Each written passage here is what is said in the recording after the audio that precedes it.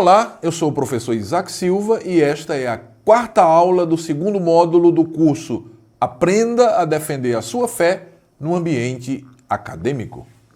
Nesta aula, o nosso tema será o argumento cosmológico da existência de Deus. Eu quero iniciar a aula com uma premissa que considero axiomática de Wilfried Cordoan, professor emérito de Filosofia e Religião na Universidade Taylor, Indiana, Estados Unidos.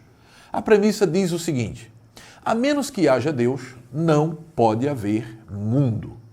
Em outras palavras, a simples observação do cosmos nos conduz à percepção de que deve haver sim um Deus criador.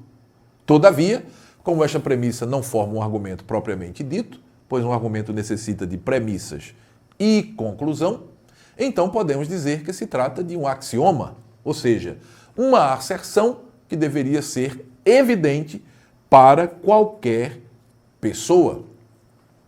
O termo cosmológico deriva da palavra grega cosmos, que significa universo.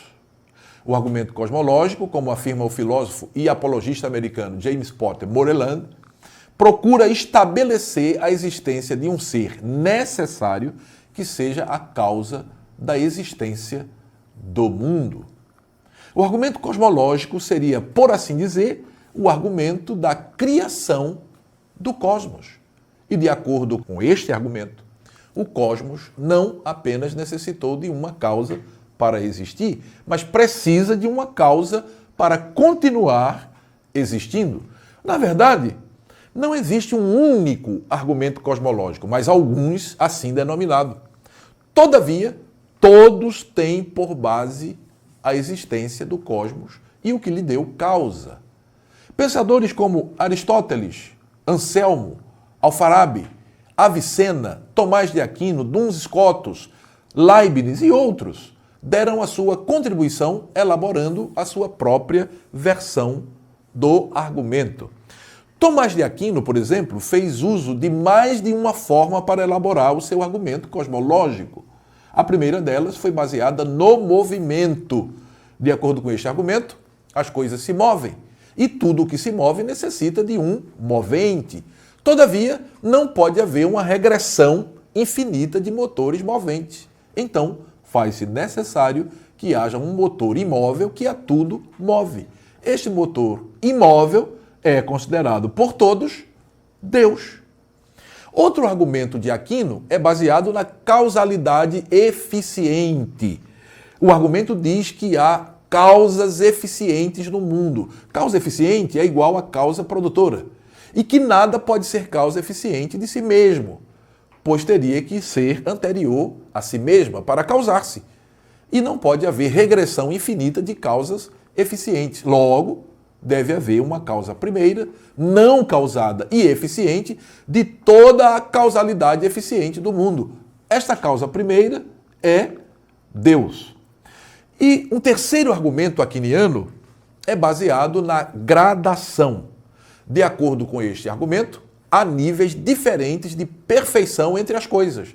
Mas as coisas não podem ser mais ou menos perfeitas, a não ser que haja o perfeito absoluto. Logo, deve haver um ser perfeito que causa a perfeição dos seres menos que perfeito.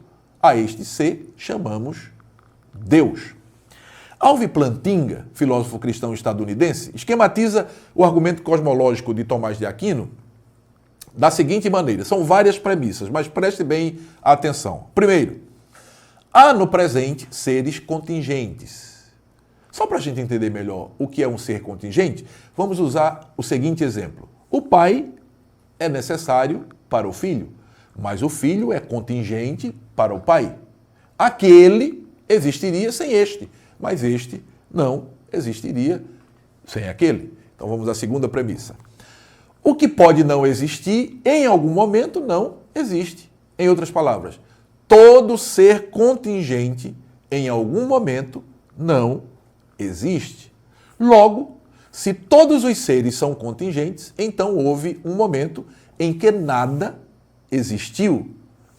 Seja o que for que começa a existir, o que causa a sua existência é algo que já existe. Logo, se em dado momento nada existia, então nada teria existido no momento posterior.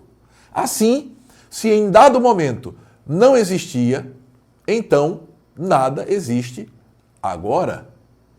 Assim, se todos os seres são contingentes, nada existe agora. Logo, nem todos os seres são contingentes. Há pelo menos um ser necessário. Todo o ser necessário ou deve a sua necessidade a outro ser, ou tem em si mesmo a sua necessidade. Não pode haver uma série infinita de seres necessários, devendo cada um deles a sua necessidade a outro. Logo, há um ser necessário que deve a si mesmo a sua necessidade. E é a isso que todos os homens chamam Deus. Pois bem, há também o argumento denominado Kalam, termo árabe que significa fala, e remete à filosofia e teologia árabe. O argumento Kalam foi defendido por Boaventura, teólogo francês contemporâneo de Tomás de Aquino, com quem frequentemente Aquino debatia sobre teologia natural, não é? Havia debates entre esses dois pensadores. As principais premissas do argumento Kalam são, preste bem atenção, o universo teve um início. E eu penso que não há dificuldade de comprovar que esta primeira premissa é verdadeira, ou seja, que o universo não é eterno, como querem alguns, não é? Mas que teve um início.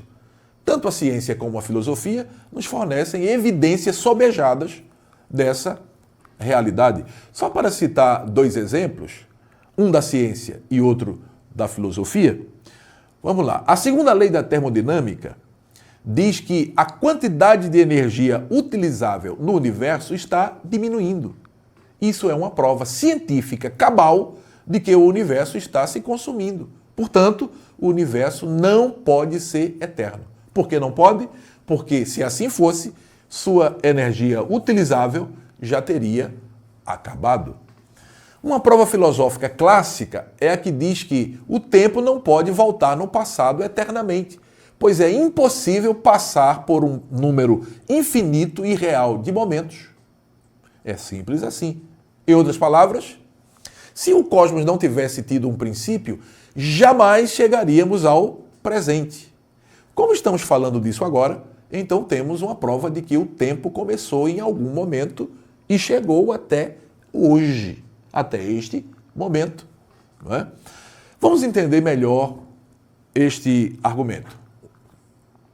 Um número infinito de momentos não pode ser percorrido.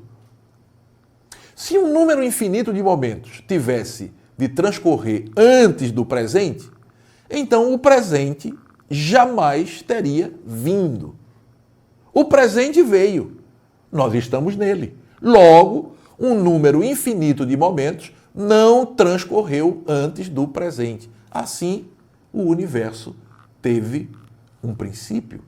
Eu acho que ficou claro, não é verdade? Com este silogismo que nós estamos apresentando.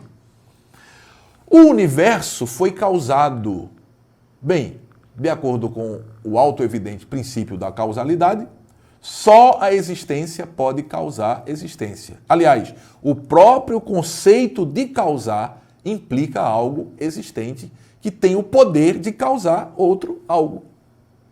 Autoevidente é aquilo que é evidente por si mesmo. Por exemplo, quando afirmo todo o triângulo tem 3 lados, estou fazendo uma asserção autoevidente. Do mesmo modo, quando digo que o universo foi causado, estou falando de princípios primeiros, não cabendo nenhuma outra proposição. Assim, duvidar dessa premissa seria o mesmo que duvidar que um triângulo tem 3 lados. Logo, o universo foi causado por algo além de si mesmo. Ora, se tudo que teve um princípio deve ter sido causado, então o universo foi causado. E o causador do universo foi Deus. Muito bem, por hora é só. Chegamos ao final da nossa aula. O tema da nossa próxima aula é Argumento Teleológico da Existência de Deus.